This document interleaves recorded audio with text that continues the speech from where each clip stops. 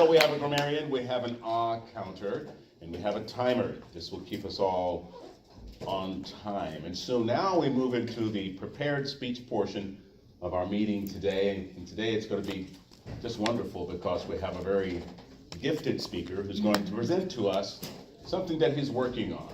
It's called a vision. Let me reiterate that. A vision. He's looking to establish vision and direction for himself. And he's going to give us this speech in two parts. Part one today, and then later on, he'll be giving us part two of his vision. I'm looking forward to it with intensity. I think it probably fits in with our theme today. The theme today is finish strong. I heard one person say, you can't finish what you don't start, and you should never start what you don't commit to finishing. So I'm sure that this speaker is not only going to start this series, but he's also going to finish it. Would you join me in welcoming none other than the Jeff Foraker? Yes!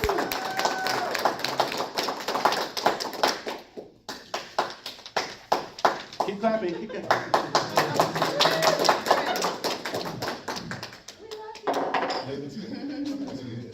I'm your biggest fan. All right, for this speech, as Willie just said, I had to focus on coming up with a vision. I'm supposed to tell you what my vision is, and then the next speech I'll tell you how I put it into action. I had a little bit of trouble trying to come up with what a vision I wanted to do, because there's so many obvious subjects to cover, like weight loss, career planning, or financial spending, what you need to do to succeed. But being in the sales environment, we're all exposed to that on a daily basis. So I didn't want to do something that people have heard before. So I was looking for inspiration in a lot of places. And there was a movie a lot of friends recommended me to watch. It was called The Hate You Give. It's a very moving movie about a deep subject matter. And it got me thinking about a lot of stuff in my life as well. And as far as, I know a lot of people may have not seen the movie. So just to kind of sum her up, I used a movie quote from Star Wars that kind of sums up what that movie goes through or explains about, and it comes from Yoda. Fear leads to anger, anger leads to hate, and hate leads to suffering.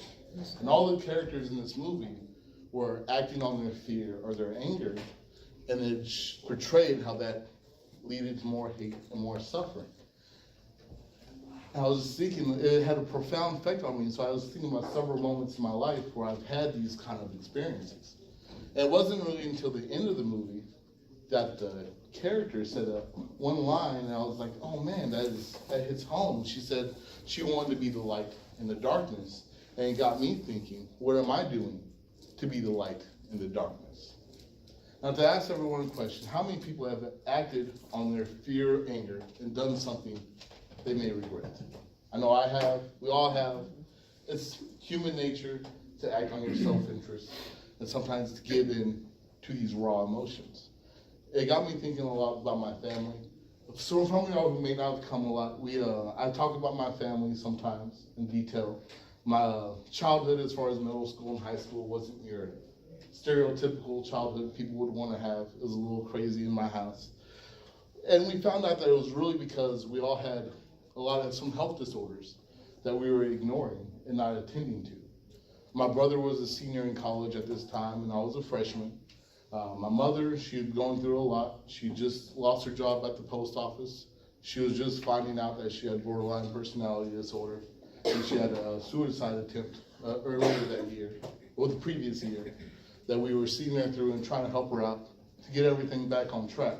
But she still had manic type behavior where she would stress on certain facts. And my brother himself, he was like I said, a senior in high school. He had a 1-year-old son.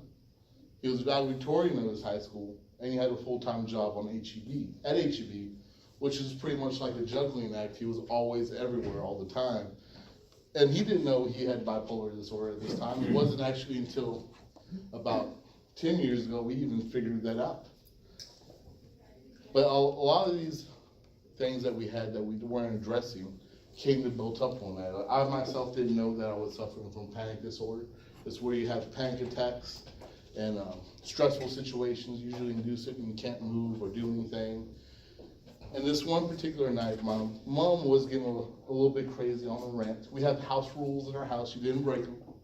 Didn't break them at all. You always had to be in by curfew, leave the door open if you had friends over, so nothing suspicious can be going on. And so in this particular night, my brother had a lot of stuff to do. He was a very busy person. And curfew for us was 11 p.m. You had to be home or else you were in a world of trouble. And my mom took this very literally, like literally. And at the time, she was getting very upset. It was about 11:15. He wasn't home yet. And she was telling me to help me pack his bag and things he wanted to have because she was about to kick him out of the house. And at this time, I didn't know how to react to it. I was very emotional, and I started having a panic attack, which I didn't know at that time, but I froze up. And I didn't do anything. So when he did arrive at the house at 11:30, my mom was getting very hysterical. He was trying to explain to her and calm her down. I just had to run errands, the baby needed this, and I just got off work a little while ago.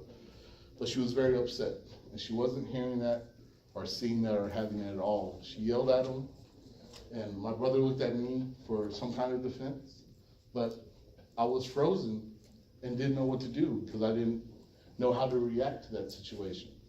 My mom was acting on her anger, and I was giving in to my fear, and led to my brother having a lot of hatred for us after that moment because he was 17 and he was having to find a friend to go stay with because my mom overreacted to the situation.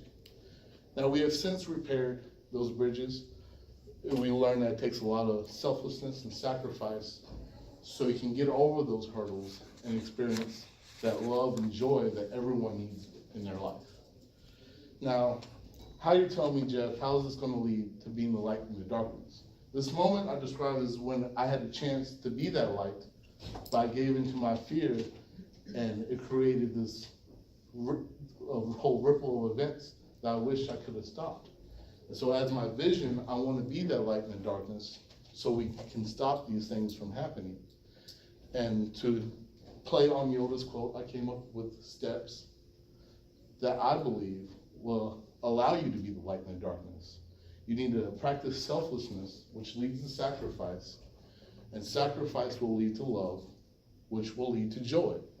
Everybody say joy. Say joy. Joy. Now, I need a little louder. Say joy. Joy. So I challenge all y'all to practice selflessness and sacrifice to give that love and that joy. Yes. We have too much hate in this world coming from too many directions, and we need to spread more love and joy. So practice being selfless so you can be the light in the darkness. All right. Get it. Yes. Keep clapping, keep clapping, keep clapping. Indeed. Light in the darkness.